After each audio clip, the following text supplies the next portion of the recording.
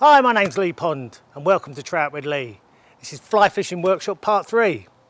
Now on the last one we left you with me fishing off the bank.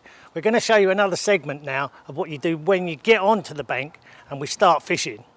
What I want to try and show you this morning is that when I get to this point in the swim, or any swim that I'm in, if I'm changing positions or whatever, I like to do what they call fan casting. So instead of just standing in one position and just casting out at the same angle every single time, which I see so many people doing, just fish the water in front of you, but fish all of it. So cast over to sort of like, I don't know, where are we there? 10 o'clock.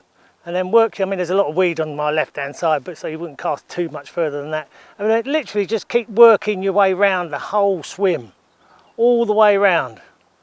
Just having a cast in different areas, and certainly along the margins, because along the margins you can pick up fish there sometimes that, and they can be just in the margins and not anywhere else. I've had it in matches before now when the fish are only in the margins, they're not in that deeper water. So you've got to concentrate on those areas and try them. Only like one cast or two casts, if you get a response, all well and good, you know where you're going right. Another thing that I do is, I mean we set up with a floating line and that's all we're going to need. But if you're fishing in a different venue, you may want to start somewhere like this in the winter. You'd fish with a slow glass or maybe a dye 3.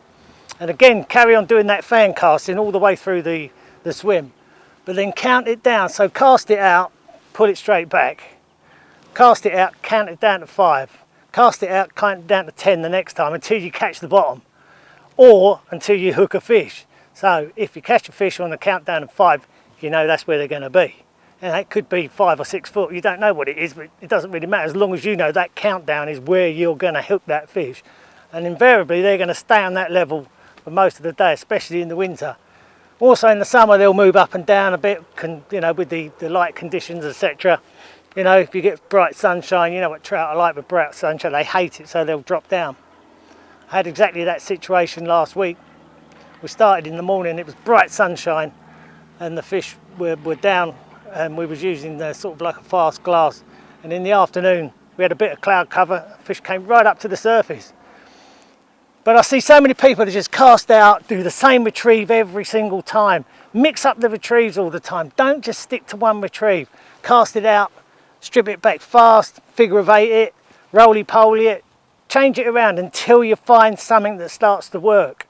And that countdown and that retrieve then starts to become relevant during the course of the day, and you start to get a pattern going. And that's when you start to sort of cook more fish. What I'd like to talk about now really is presentation.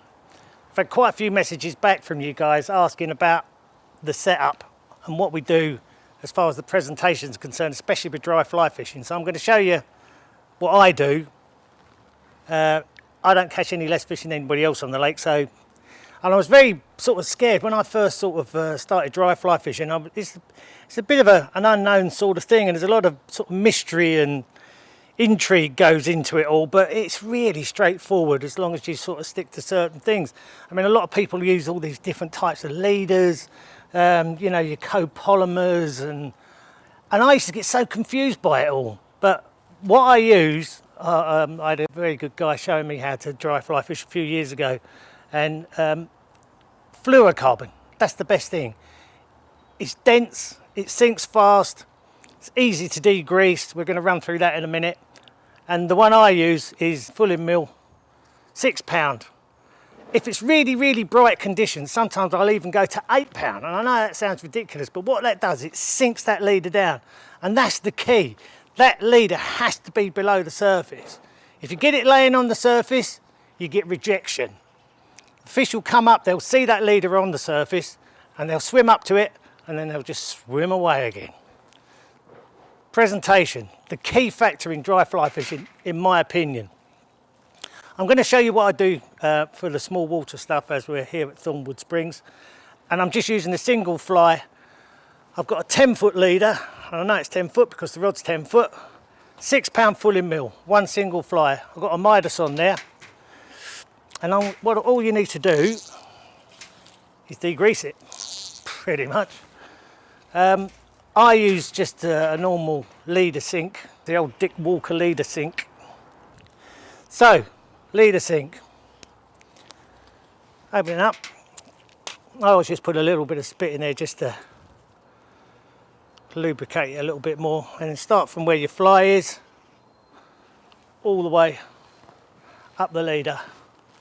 A little tip for you that if you get caught short without any degreaser, before degreasers were around, we used to use the mud off the bank, which does pretty much the same sort of job. Probably not as good as a degreaser with the washing up liquid and Fuller's Earth, but just a little bit of mud off the bank and degrease it with that. I'm having a little bit of struggle with the line, the leader today actually, so I'm going to try that, see if it makes it any better. But it's just obviously it's got a bit of grit in it.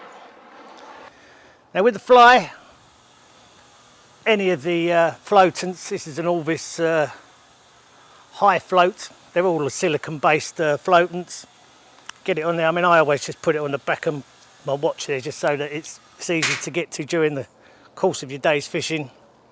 It's a little dab, not too much on the fly. I normally just run it along the back of the fly onto the legs. Just get it well in there like that. And really that should do you for a couple of hours at least. Even if you catch a couple of fish, a few false casts to dry it out and check it. That's another thing that I do quite a lot, is I keep on checking and checking and checking. I'll be fishing it and then I'll bring it in and just lay it on the water in front of me just to make sure that my leader's sinking and my fly's sitting up on the surface. So that once you've got that right, you've got that fly sitting on the surface, you've got that leader sunk below the surface, this happens. Talking about the big ones. We got one of the big ones. Oh, come out of that weed. Good boy. Try and keep his head up. Oh, no, I don't think it is a rainbow. I think we've got something a little bit different here, boys.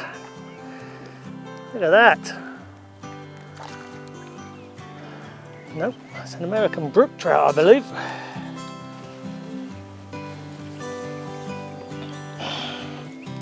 There you go. Look at that, lovely fish. Thanks for joining us again today. We hope you picked up a few tips on our bank fishing and our no-nonsense approach to dry fly fishing. I hope to see you again soon, but don't forget to subscribe, push that button, and leave us a few messages, a few comments. If there's anything you're unsure of, just let us know. Put them down there. Thanks for joining us once again, and we'll see you soon. Tight lines.